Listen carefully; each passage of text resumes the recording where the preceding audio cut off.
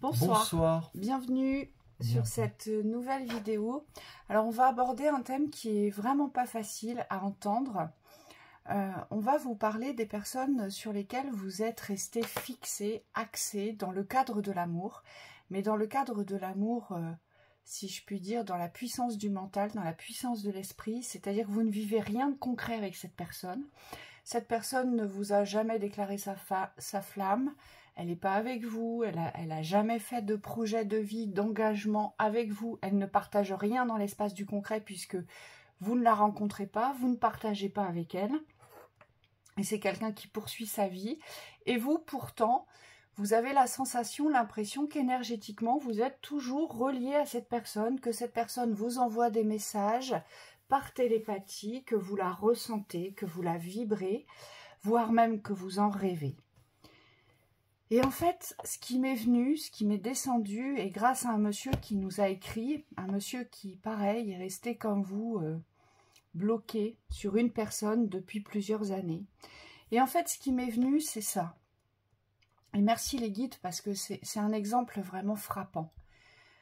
Pensez à toutes les personnes que vous avez quittées, à tous vos ex que vous avez quittés. Il faut savoir que parmi vos ex, il y a des ex qui sont restés accrochés à vous. Il y a des ex qui sont restés dans l'espoir de votre retour.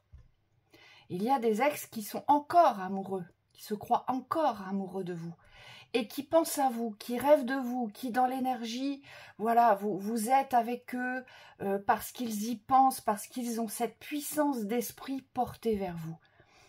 Mais pourtant, vous, aujourd'hui, vis-à-vis de ces personnes-là, vous ne ressentez rien. Vous ne ressentez rien et surtout, vous n'avez surtout pas envie d'y retourner dans ce contexte de vie, dans ce contexte de ce couple que vous avez vécu. Bien sûr que non, puisque vous êtes parti. Et donc, aujourd'hui, si vous vous retrouvez dans cette situation, à vous projeter, et j'insiste, ce ne sont que des illusions, ce sont des projections de votre esprit. Aujourd'hui, vous vous projetez vers un idéal de vie avec une personne. Vous vous imaginez des scènes, des situations d'amour qui n'existent pas. Eh bien, votre ex fait exactement la même chose. Et c'est pas pour autant que vous allez retourner dans sa vie. Pourquoi? Parce que vous n'êtes pas plus amoureux de votre ex, que ce soit une femme ou un homme. Vous ne ressentez plus d'amour, alors peut-être que parfois on ressent de l'estime, du respect, mais il n'y a plus d'amour. Et vous n'allez pas y retourner. Vous voyez, c'est le même schéma. Et pour certains, vous êtes bloqués sur des schémas comme ça depuis des années. Parce que ça vous appartient, parce que c'est vous qui fabriquez tout ça, de par vos pensées, de par vos projections. Pourquoi? Parce que vous avez tellement peur que si vous lâchez ça, si vous admettez que ce n'est pas réel et que ça vient de vous, vous avez une peur immense de vous retrouver seul avec vous-même. Et quand on se retrouve seul avec soi, on a tendance à se dire que, eh bien, on n'a plus personne dans sa vie. À quoi je vais m'accrocher maintenant? Si j'ai plus ça, à quoi je vais me rattacher? Eh bien, au concret, à la vie, aux véritables rencontres, celles qui sont là, toutes les personnes qui oscillent autour de vous, mais que vous ne voyez pas, que vous n'entendez pas, que vous ne remarquez pas. Ouais, c'est une maladie du mental, hein. C'est l'esprit qui est malade, en tout cas qui est resté attaché à un espace qui n'existe pas. On parle d'imaginaire, mais on peut surtout parler d'illusion, parce que l'imaginaire fait la distinction entre ce qui est faux et ce qui est vrai, alors que l'illusion, le domaine de l'illusion, c'est comme si vous étiez porté à fausseté, mais c'est quelque part un mensonge à vous-même, parce que vous savez que c'est faux, mais vous ne voulez pas le reconnaître. Et en fait, c'est ça qui est maladif au niveau de l'esprit, qui est perturbant pour l'esprit. C'est que dans ce que vous projetez dans cette relation ou dans cette union, on me dit vous n'en vivez rien, et vous n'en vivrez rien surtout. Et donc votre corps, lui, il est là, il attend un engagement réel, il attend une relation réelle, il est dans cette vie.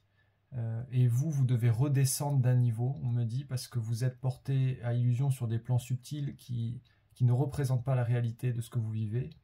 Et en fait, ça fait défaut à tous les espaces de réel, du corps, on me dit, qui a besoin, lui, par contre, de vivre l'amour, il a besoin de se réaliser dans l'amour, il a besoin de ressentir la vibration d'amour. Il a besoin de le partager. Vous avez besoin aujourd'hui de partager du concret et non plus de ce qui reste de l'ordre des illusions projetées ou d'un rêve, vous voyez. Aujourd'hui, la vie, c'est le concret, c'est ce que vous créez, c'est les ouvertures que vous vous donnez aujourd'hui. C'est ça la vie.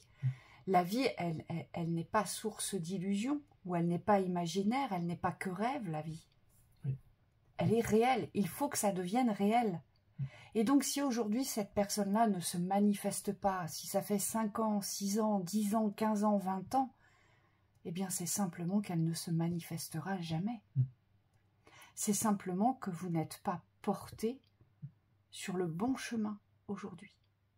Et aussi difficile soit-il, parce que c'est très difficile de fermer ces espaces-là, parce qu'on y passe tous, hein, parce que ce sont des karmas puissants avec ces gens-là. C'est un puissant karma. C'est très difficile, mais on me dit, vous avez ce pouvoir-là et vous avez cette responsabilité-là de fermer l'espace. On me dit, on ne peut pas laisser ces espaces ouverts à partir du moment où on est conscient qu'on a un besoin de vivre l'amour qui est plus grand que les espaces imaginaires. On me dit, il faut aussi reprendre la maîtrise et le contrôle de vos pensées. Ici, il ne suffit pas de se laisser aller à l'énergie sans fermer les espaces. Le but ici, c'est de prendre conscience que même si ça intervient dans vos rêves, même si ça intervient dans vos pensées, je sais que souvent ça apparaît sous la résonance du prénom, on vous dit c'est à vous ici de prendre le dessus sur ces pensées et de ne pas les suivre.